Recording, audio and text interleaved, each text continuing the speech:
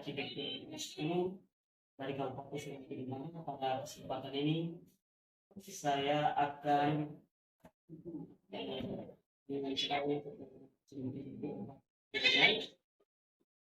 tugas demonstrasi kontekstual modul 3.1.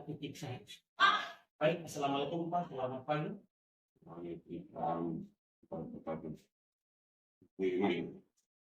Baik Pak, ini sekarang diwawancara pengambilan keputusan sebagai peneliti. Ada beberapa pertanyaan yang akan saya tanyakan. Kemudian ungkapan atau timbal balik kepada Bapak. Kemudian pertanyaan pertama, selama ini bagaimana Bapak dapat mengidentifikasi kasus-kasus yang merupakan dilematis atau buktikan terang? Terkait dengan kasus-kasus dilema etika yang terjadi sosioedukatif, maka biasanya itu kita harus memutuskan dengan membuat satu tim. Seperti yang ada di sekolah, tim penanggulangan anti kekerasan di sekolah, sehingga kita bisa menggunakan situs melalui guru BK dan guru kesiswaan, karena apabila sekolah tidak bisa bergerak, kepala sekolah tidak bisa bergerak, karena kepala sekolah tugasnya hanya mengontrol, sehingga jika ada kasus-kasus seperti itu harus tidak bisa berencana langsung. Jadi permasalahan pada yang terjadi pada peserta didik, misalnya dilema etika yang terjadi, maka guru dan tenaga kependidikan saya berkoordinasi dengan Wakasek maupun wakil-wakil kepala sekolah lain terlebih dahulu. Jadi saya selalu memanggil semua dan meminta masukan. Saya juga sering meminta masukan pada komite sekolah untuk penyelesaian tentang masalah tersebut. Baik, Pak. Selanjutnya, selama ini bagaimana Bapak menjalankan pengambilan keputusan di sekolah, terutama untuk kasus-kasus di mana ada dua kepentingan yang sama benar-benar atau sama-sama mengandung nilai kebajikan? Terkait dengan keputusan, kami mengambil berbagai pendapat dan masukan dari banyak pihak.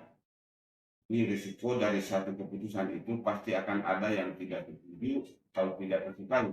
Namun bagi kami sebagai pemimpin, maka kami harus mengambil satu keputusan yang berdampak.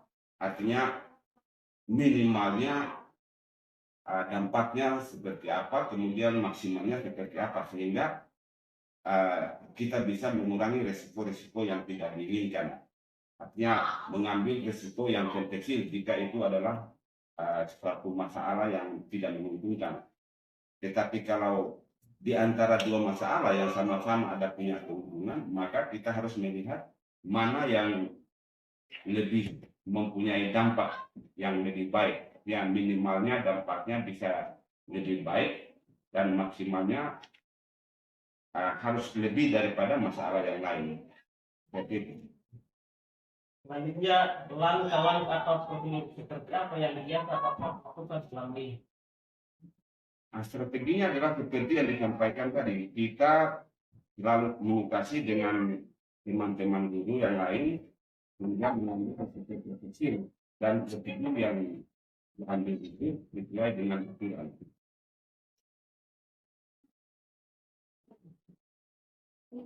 Hal apa saja yang selama ini Bapak anggap efektif dalam penanganan kasus dilema etika? Mengikuti prosedur yang harus seperti itu. Langkah-langkah juga seperti itu, seperti yang sudah disebutkan, ini lebih efektif.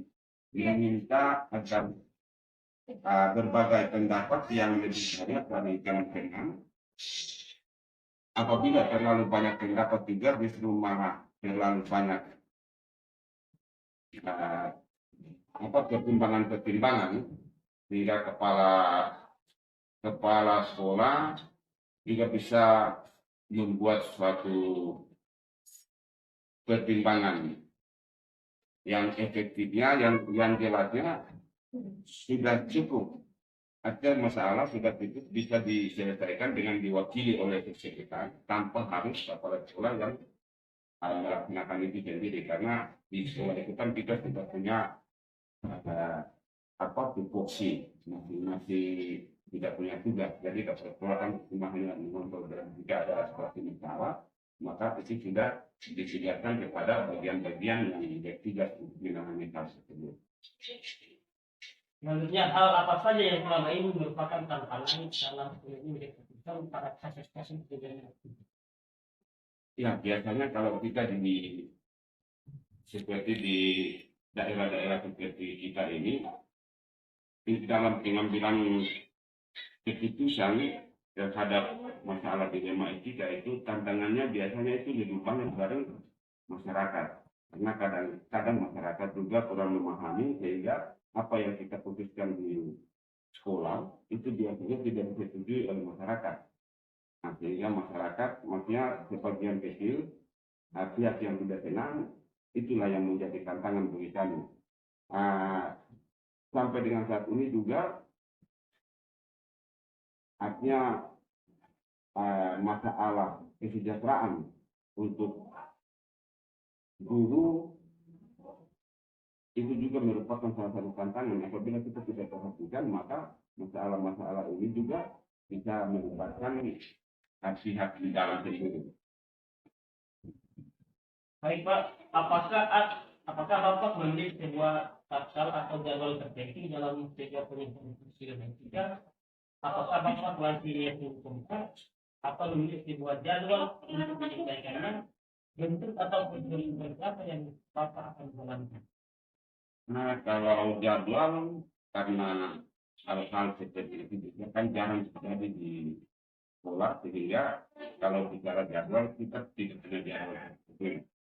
Yang penting bisa diselesaikan dengan baik pada saat ada masalah. Ya, bahkan kita sudah berikan tanggung jawab kepada guru, sama wakil-wakil kepala sekolah, untuk kita menyelesaikan masalah yang terjadi tanpa memberitahukan kepada kepala sekolah. Artinya sudah diselesaikan baru disampaikan sini. Kalau kita mau menunggu, berarti masalah itu kita kan harus menurunkan risikonya, sehingga tidak perlu ditunda-tunda. Jadi kita tidak perlu pakai jadwal tertentu, kecuali masalah itu sudah ditangani, kemudian belum selesai, baru kita bisa menjadwalkan untuk penyelesaiannya. Tapi kalau tidak, maka tidak perlu pakai jadwal. Baik Pak.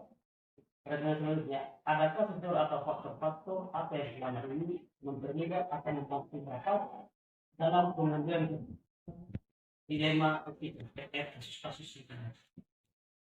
Ya, kalau kasus dilema etika memang jarang terjadi, tapi kalau apapun yang terjadi itu kita selalu membutuhkan bantuan dari berbagai pihak, baik itu dari pihak sekolah sendiri, dari pihak masyarakat, maupun dari pemangku-pemangku kepentingan. Nah, kalau saya mengambil terutama sebagai orang yang beragama, yang memang panutan yang pertama kita pilih itu adalah Rasulullah. Sebagaimana beliau selalu dihadapkan banyak masalah, dan itu yang menjadi inspirasi bagi saya. Dengan hidup beliau yang banyak hikmah di setiap kehidupannya, itulah yang menjadi salah satu faktor yang membantu, ya, menginspirasi saya dalam menghadapi setiap masalah-masalah yang terjadi. Baik, terima kasih. Pertanyaan terakhir Bapak.